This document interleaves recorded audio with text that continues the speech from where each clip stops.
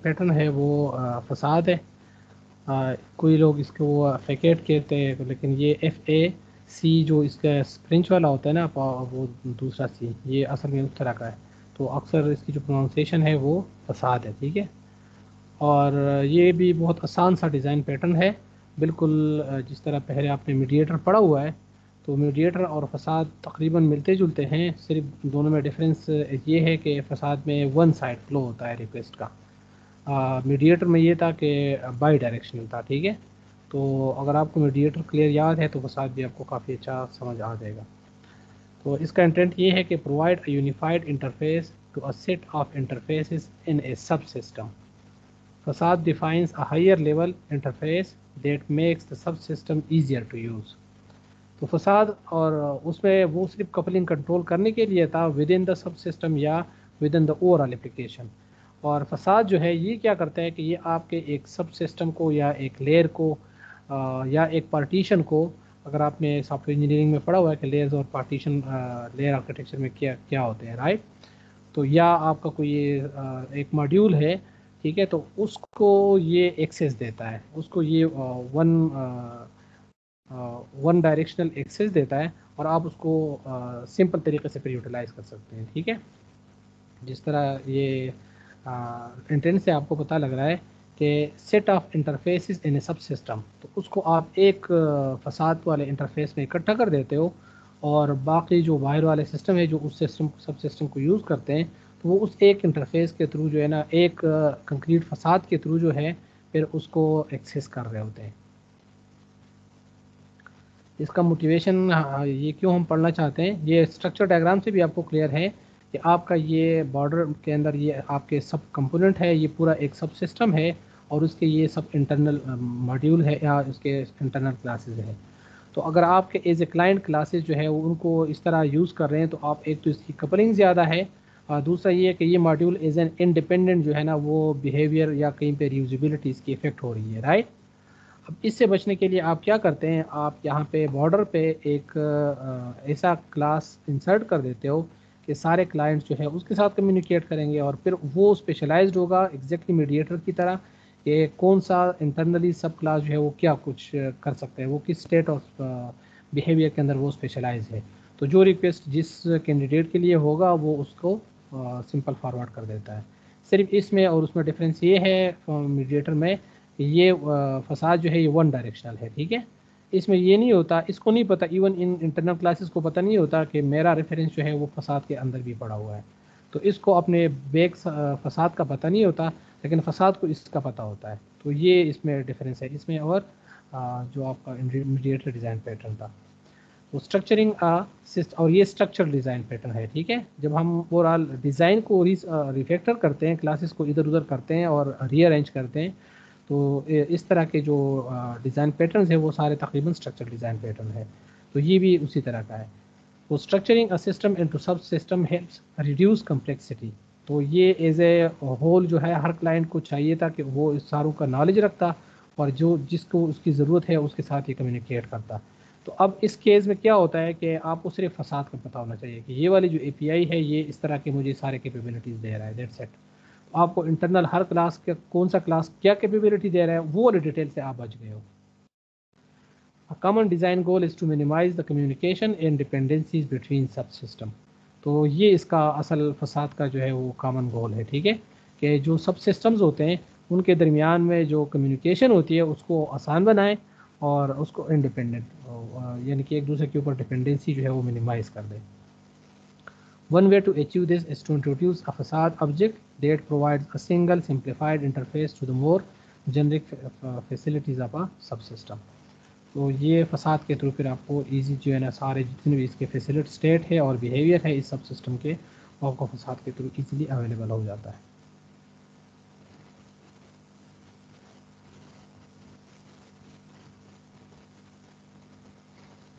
अच्छा, यहाँ पे एग्जांपल जो बुक वाले ने दिया है वो कंपाइलर का एग्जांपल लिया हुआ है कि कंपाइलर में यूजुअली आपके पास काफ़ी सारे इंटरनल जो है वो कंपोनेंट्स होते हैं।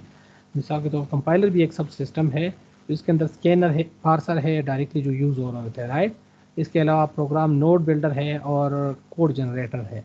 तो बजाय इसके कि आप क्लाइंट एज ए क्लाइंट जो है इस कंपाइलर के सब मॉड्यूल को यूटिलाइज़ करना चाहते हैं, तो आप इन सारों का इंफॉर्मेशन मेंटेन करें कि किस क्लास के अंदर कौन से डिटेल थे।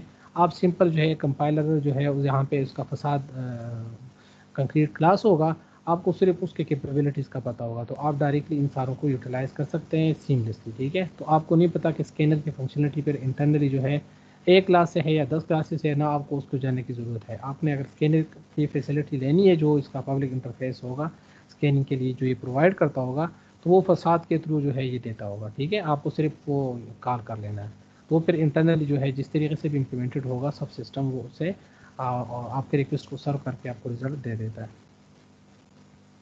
तो ये एक एग्जांपल है, हम और भी साथ साथ एग्जांपल देख लेंगे। अच्छा, नेक्स्ट जो है इसका स्ट्रक्चर डायग्राम पे आ जाते हैं। तो बड़ा सिंपल सा इसका स्ट्रक्चर डायग्राम है कि दो पार्टिसिपेंट्स हैं इसके अंदर, एक फसाद है और एक इसके सब सिस्टम के जो क्लासेस है वो होते हैं, राइट। तो ये भी एक सब सिस्टम का क्लास है, ये भी है, ये भी है, ये भी है, तो जो डायरेक्टली यूज़ कर रहा होता है फसाद। ठीक है, इसके अलावा वो वाले जो इनडायरेक्टली है तो उसको हमें जानने की ज़रूरत नहीं है कि वो पार्टिसिपेंट है या नहीं है, वो इस स्ट्रक्चर का हिस्सा नहीं है। असल स्ट्रक्चर का हिस्सा क्या है कि फसाद का कंक्रीट क्लास और वो किन क्लासेस के साथ डायरेक्टली कम्युनिकेट करता है, तो वो जो सब सिस्टम क्लासेस होते हैं। तो ये इसका सिंपल सा स्ट्रक्चर डायग्राम है। और जो फसाद है ये knows which sub system class are responsible for a request, यानी कि इसके पास ये स्पेशलाइज्ड नॉलेज होता है कि कौन सा क्लास जो है स्कैनर है, कौन सा जो है वो पार्सर है, वगैरह वगैरह। इसी तरीके से delegates client request to appropriate sub system, एक तो इसके पास नॉलेज भी है और दूसरा जब रिक्वेस्ट आता है तो उसको उसी के पास सेंड करवाता है। तो ये फसाद जो यहाँ पे कंक्रीट फसाद होगा वो उसका काम ये है। सब सिस्टम क्लासेस जो है इम्प्लीमेंट सब system functionality, handle work assign by the फसाद ऑब्जेक्ट। अगर इसको पता नहीं होता, ठीक है, कि मुझे ये काम, बस इसने अपना इंटरनल बिहेवियर इम्प्लीमेंट कर दिया, लेकिन फसाद असल में इसको वो डिलीगेट कर रहा होता है वो functionalities. Have no knowledge of the facade that is they keep no reference to it. ठीक है, तो इसको इसका पता है, लेकिन ये इसीलिए जो एसोसिएशन बना हुआ है ये डायरेक्शनल एसोसिएशन है, राइट। तो लेकिन इसको उसका पता नहीं है। तो ये इसका सिंपल सा स्ट्रक्चर डायग्राम है। और नेक्स्ट कोलैबोरेशन क्या है कि क्लाइंट्स कम्युनिकेट विद द सब system by sending request to facade which forward them to the appropriate subsystem object. Although the subsystem object perform the actual work, the facade may have to do work of its own to translate it interfaces to subsystem interfaces. तो बीच में ये जो है वो एक abstraction layer है आपके actual जो काम कर रहा है और जो काली है, ठीक है, जो क्लाइंट है, तो उसके दरमियान में फसाद एक अब्स्ट्रैक्शन लेयर है। अब इसके अंदर फसाद के अंदर आप और क्या कर सकते हैं, इसको और कैसे आप ट्यून कर सकते हैं, ये फिर हम एक और पैटर्न पढ़ेंगे आर्टिकुलेटर में, उसमें वो भी आपको बता दूंगा। इसके अलावा आपने एडाप्टर भी पढ़ा हुआ है, तो आप एडाप्टर वाली फंक्शनलिटी भी फसाद के अंदर डाल सकते हैं।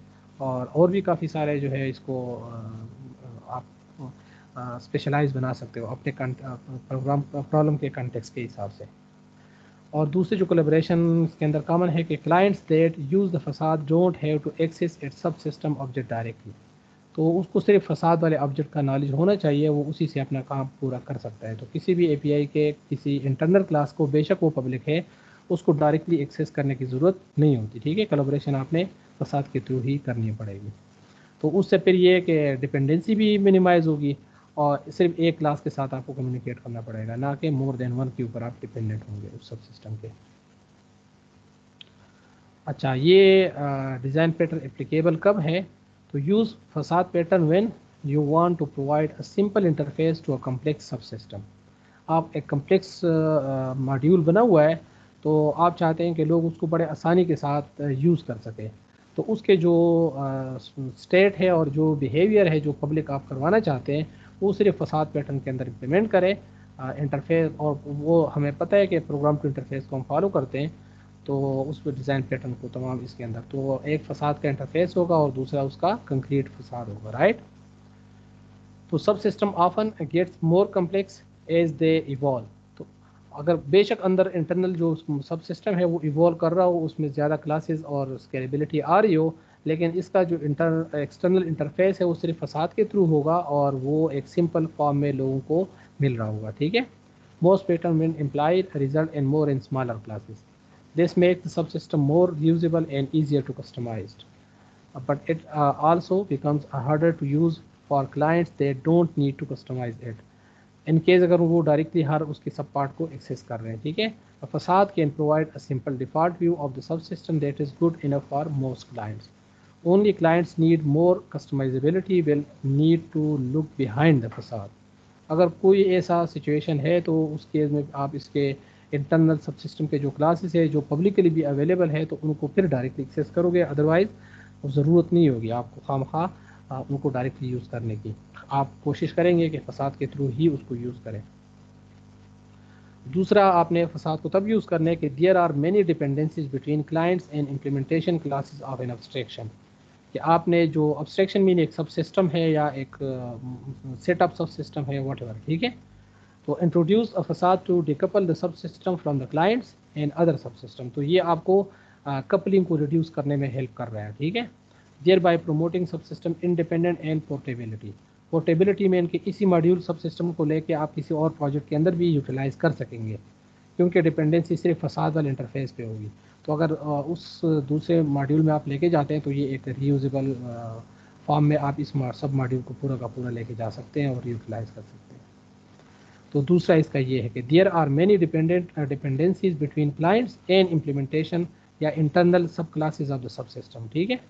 तो उससे बचने के लिए फिर आप ये पैटर्न अप्लाई करेंगे तो कपलिंग जो है वो रिड्यूस हो जाएगी और इसकी यूजिबिलिटी बढ़ जाएगी। तीसरा, आपने फसाद पैटर्न को तब यूज़ करना है when you want to layer your subsystem. जिस तरह हम लेयर आर्किटेक्चर में करते हैं कि आपका व्यू होता है तो वो सबसे पहले फ्रंट पे कंट्रोलर वाले जो लेयर होता है उसको एक्सेस करता है, जिस तरह एमवीसी के अंदर होता है।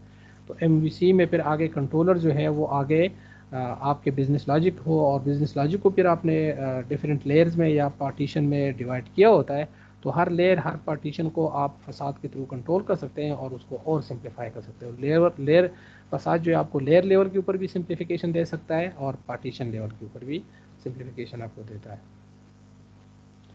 So if you want to layer your subsystem तो आप इसको फसाद को आप इंट्रोड्यूस कर सकते हैं उसमें। तो ये इसकी एप्लीकेबिलिटी थी। और आखिर में इसका जो कंसिक्वेंसेस है, इसके फ़ायदे और नुकसान क्या है फसाद पैटर्न के।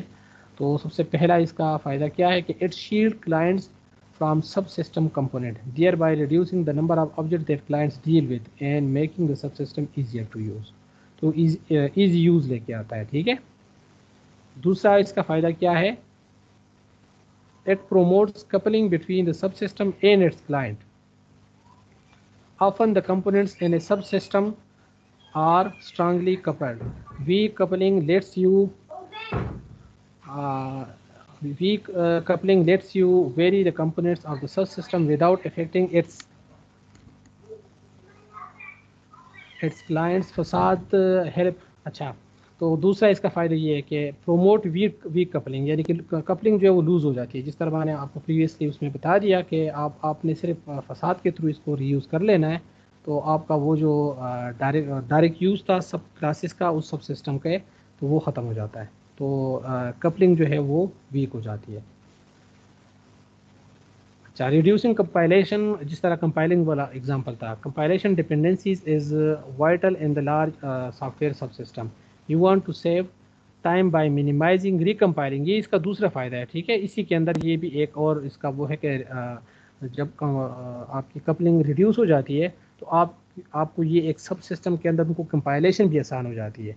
यानी कि अगर कंपाइलर के अंदर अगर स्कैनर का अलग एक मॉड्यूल है तो आप उसके अंदर अगर चेंजेस आएगी तो उसको आप इंडिविजुअली पूरा कंपाइल कर सकते हैं, बजाय इसके कि आप पूरा का पूरा कंपाइलर जो है वो आप उसके डीएलएल को या उसके जो क्लास लाइब्रेरी है वो पूरी आप रिकम्पाइल करें। आप इसके जो सब क्लासेस है उनको कंपाइल कर लेते हैं और फिर उन्हीं को आप यूज़ कर रहे होते हैं। तो आपको पूरा जो सब सिस्टम जो जिसके अंदर बहुत ज़्यादा कोड होता है तो उसको पूरा कंपाइल करने की ज़रूरत नहीं है। आप जो जिस मॉड्यूल के अंदर सब सिस्टम में चेंजेस आ रही है तो वो आप सिर्फ उसी को भी कंपाइल कर सकते हैं। तो कंपाइलेशन फास्ट हो जाती है, ठीक है। इससे ये भी फ़ायदा होता है। और तीसरा इसका फ़ायदा ये है कि it does not prevent application from using subsystem classes if they need to. तो जो पब्लिक इंटरफेसेस है सब क्लासेस के वो अपनी जगह रहते हैं, तो अगर आपने उनको यूज़ करना है डायरेक्टली तो आप फिर भी कर सकते हैं, ठीक है। फसाद आपको इससे नहीं रोकता। दस you can choose between ease of use and generality.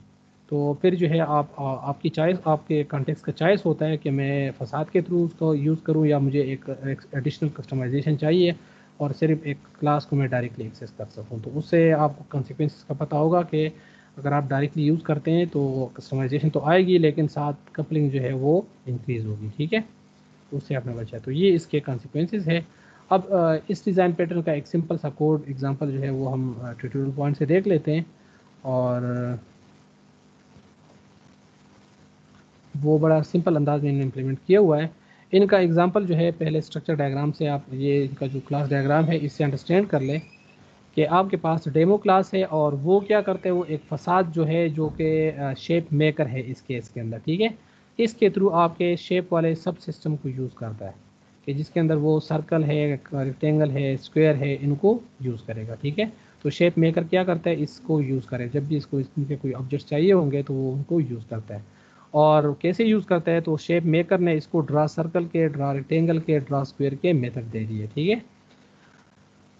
अब कोड वाइज आप बड़ा सिंपल आपको जैसे नज़र आ रहा है, ठीक है, कि इंटरफेस है शेप का और इसको इन तीनों ने इम्प्लीमेंट किया होगा, और उनके अंदर ड्रा का मेथड है, तो ये स्क्वायर ड्रा कर रहा होगा, ये रेक्टेंगल, और ये पॉलीमॉर्फिक मेथड है, राइट।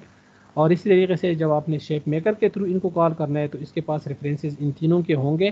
तो आपने अगर ड्रा सर्कल करना है तो वो सर्कल वाले के ड्रा को कॉल करेगा, अगर आपने रेक्टेंगल को करना है तो रेक्टेंगल के ड्रा को कॉल करेगा, राइट। तो इस फसाद को पता है कि यूज़र का जो रिक्वेस्ट आया है उसके हिसाब से मैंने किस वाले शेप को ड्रा करना है। तो दूसरे स्टेप में रेक्टेंगल, ये आपको सिंपल ऑलरेडी आप कर चुके हैं इस तरह के कोडिंग, राइट। तो ये तीनों आपने इम्प्लीमेंट कर दिए। तो यहाँ तक सब मॉड्यूल जो शेप का था, शेप का सिस्टम जो था, सब सिस्टम था, वो आपने इम्प्लीमेंट कर दिए। और यहाँ पे ये आपका कंक्रीट जो है वो फसाद है। अब इन्होंने एक गलती की है कि इसको इंटरफेस के थ्रू एक्सपोज नहीं किया, तो हमारे पास एक फसाद का इंटरफेस होना चाहिए था, फिर उस ये शेप मेकर जो है वो उसको इम्प्लीमेंट कर लेता, राइट। और फिर हम प्रोग्राम टू इंटरफेस को प्रॉपर फॉलो करते हैं इसकी इम्प्लीमेंटेशन में। तो हमें करना उस तरह चाहिए, लेकिन ये इन्होंने उस तरीके से नहीं किया हुआ। तो अब इसके पास क्या है कि जो इंटरनल सब सिस्टम है, सारों के ऑब्जेक्ट फसाद के पास पड़े हुए हैं, और जब भी आप इसके कंस्ट्रक्टर को आप कंक्रीट इसको बनाते हैं तो ये तीनों के रेफरेंसेस इनिशियलाइज कर लेता है, और फिर आप इसको जो भी कहते हो तो ये उसी ऑब्जेक्ट को कॉल कर रहा है, राइट। अगर आप इसको कहते हो सर्कल ड्रा करो तो सर्कल ड्रा करेगा, अगर रेक्टेंगल है तो रेक्टेंगल। तो ये एक सिंपल कंक्रीट जो है वो आपका फसाद इम्प्लीमेंटेशन हो गई है। और ये डेमो है, तो आपने शेप मेकर या फसाद का ऑब्जेक्ट बना दिया और उसको आप डायरेक्टली कहते हैं कि ये काम करो, तो वो आपको डायरेक्टली उस सब सिस्टम से काम करवा के दे देता है। आप यहाँ पे ये कर सकते थे कि आप सर्कल का डायरेक्ट ऑब्जेक्ट बनाते हैं और उसका ड्रा का मेथड कॉल कर लेते हैं, लेकिन फिर इस कोड की डिपेंडेंसी आपके सब सिस्टम के क्लास के ऊपर डायरेक्टली हो जाती है, राइट। तो अब उससे बचने के लिए हम क्या करते हैं, हमारा प्रायोरिटी पाथ क्या होगा कि हम फसाद के थ्रू उस सब सिस्टम को यूज़ करें। तो ये इसके थ्रू आपने उसको यूज़ कर दिया और ये इसके आउटकम भी आपको नज़र आ रहे हैं, राइट। तो ये हम लैब में इसको प्रॉपर तरीके से प्रोग्राम टू इंटरफेस के तरीके से इम्प्लीमेंट भी करेंगे, और साथ कुछ लैब टास्क भी मैं आपको बता दूंगा। तो यहाँ पे रिकॉर्डिंग में स्टॉप कर लेता हूँ, और बाकी अगर आपके कोई क्वेश्चंस है या डिस्कशन है तो हम साथ साथ कर लेते हैं।